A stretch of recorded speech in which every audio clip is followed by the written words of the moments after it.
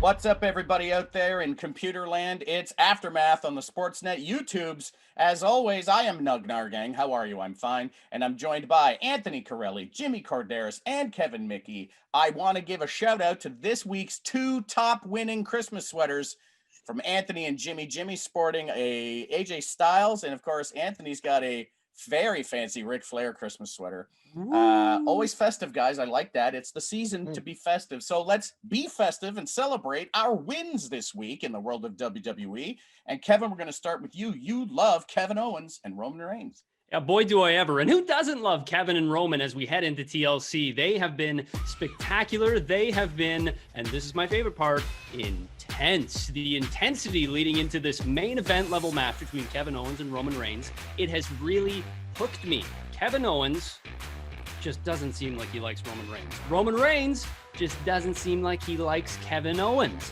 It looks like these two hate each other. We've talked about this before. I would love to have a traditional wrestling match between the two before we have a big blow-off match like a TLC match. However, the level of hate, the level of animosity that they're showing towards each other almost justifies the TLC match. So I'm kind of into it that way. And this is something we'll talk about in our fails. It is a huge contrast to what's happening on Raw in their main event title match, main match. And that is why I really like this SmackDown match. Intensity. That's why I love it. Yeah, matchups are everything. Here you have two guys that will not back down, and they are prepared to fight at any moment. Of course, Kevin Owens more so. Right now, this iteration of Roman, he kind of picks his spots, which is awesome. But they're both alpha males that are going to fight, and like when nobody's going to back down, what kind of fight is that going to be? So we're in for some real special.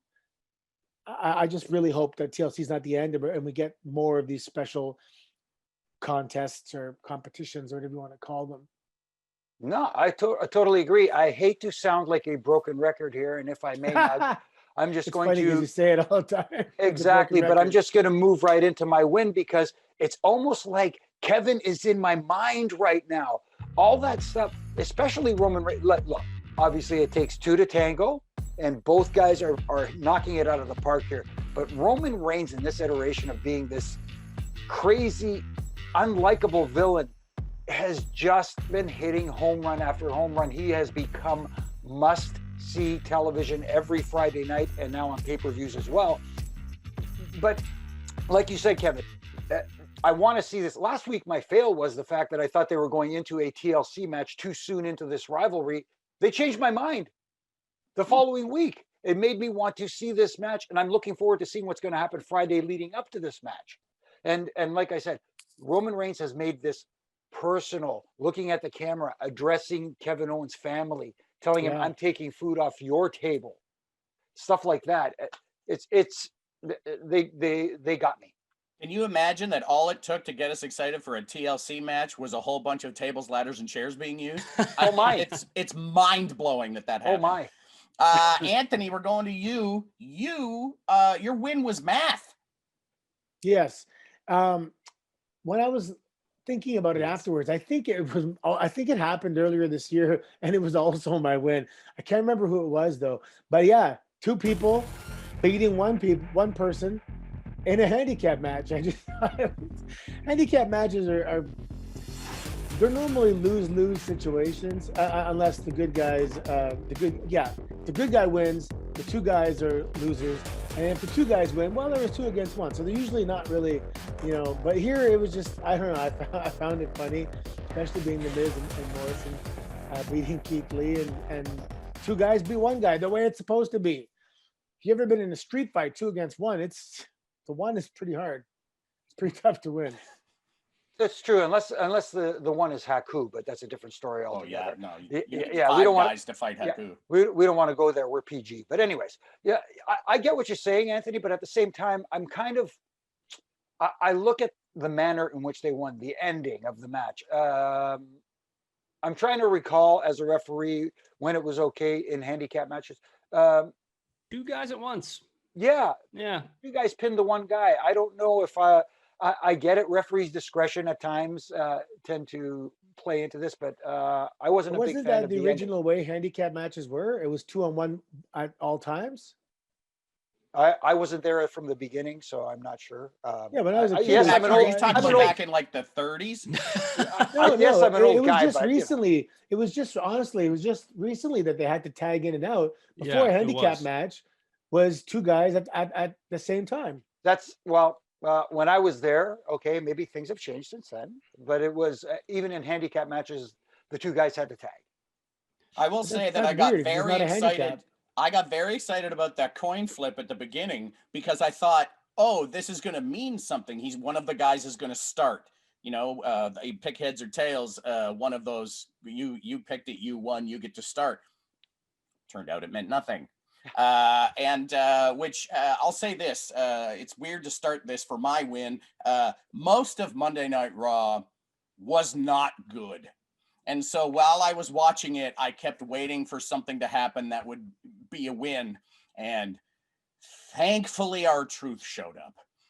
R-Truth is a secret MVP of Monday Night Raw for the entire year of 2020 because right when things are kind of dull or right when you expect something to happen, R-Truth comes out and says something absolutely ridiculous and makes everything a little bit better.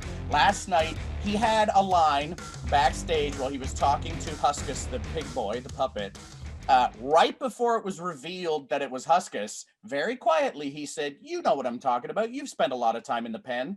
And then Yeah. they revealed the pig, and I lost my mind and was like, "That is so good. That you don't know that the reveal is going to be it's the pig puppet." And then, of course, to tell Bray Wyatt that his son is a good kid. On top of that, it's so funny. And then Bray Wyatt, what are you going to do? First of all, this is the first time Bray Wyatt's interacting with people outside the funhouse. And he meets R-Truth, and R-Truth says, "Your son's a good kid." And all Bray Wyatt does, you can see Bray try and stifle a laugh. And then he goes, "Hide and seek," and runs away. Because what are you going to do? Crack up? R-Truth made a relatively awful show excellent last night with just 2 simple appearances. It's ahead, it's Jimmy. funny because you talk about different presentations in one show. You have to have some seriousness. You have to have good wrestling match. You have to have a little bit of everything. And one of the hardest things to do in wrestling is comedy.